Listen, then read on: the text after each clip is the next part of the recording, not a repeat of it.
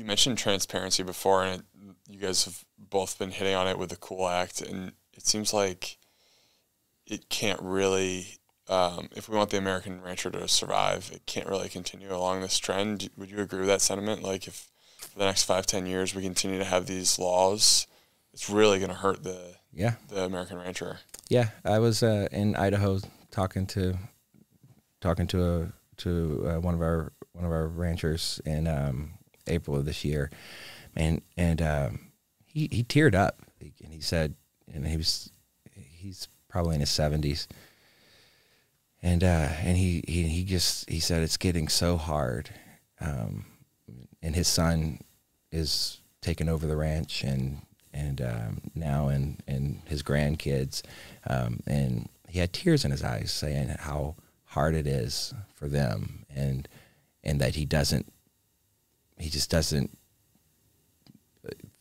see it really being a viable way of life very much longer.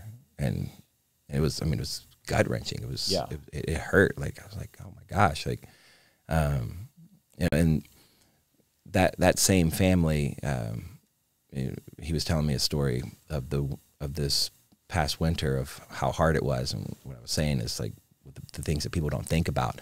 And there was a night that 3 calves were born in the middle of the night. They went out there. By the time they got to them, like they were like frozen, like, you know, and for the afterbirth, and like their eyes were frozen and their ears were like were just freezing. They pick them up. I said 3. I'm sorry, it was 2.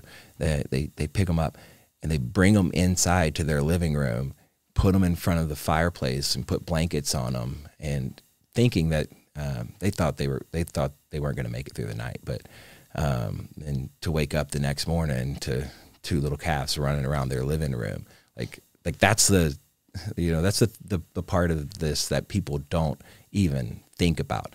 I think the like the vegan, the PETA, the anti-meat people, I think they did a really good job of completely dehumanizing what agriculture really is. Yeah. And, you know, which this idea of factory farming, which there is a such thing as factory farming. But they did a really good job of just putting in people's minds that everything is factory farming, and everything is bad, and that there aren't people like the family that I just talked about that are actually out in a field with these animals every single day and bringing them to their home and wrapping them with blankets to keep them alive as calves through the night. And the reason they do that is because that's their livelihood. Yes. They can't afford to lose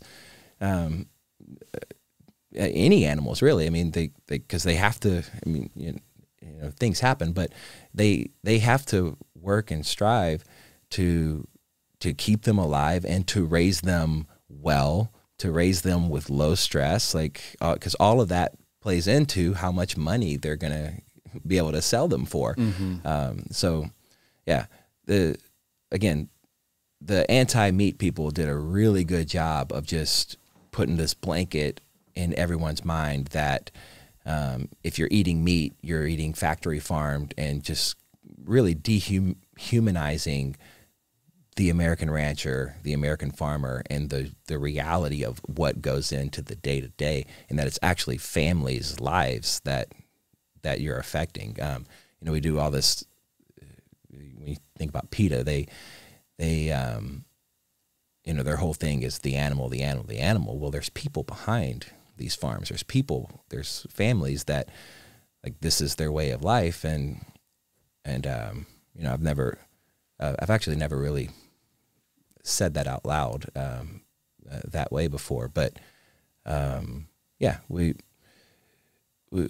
have to do a better job on the other side of bringing the humanity of farming, of agriculture, of ranching, and the human side of that back to the people.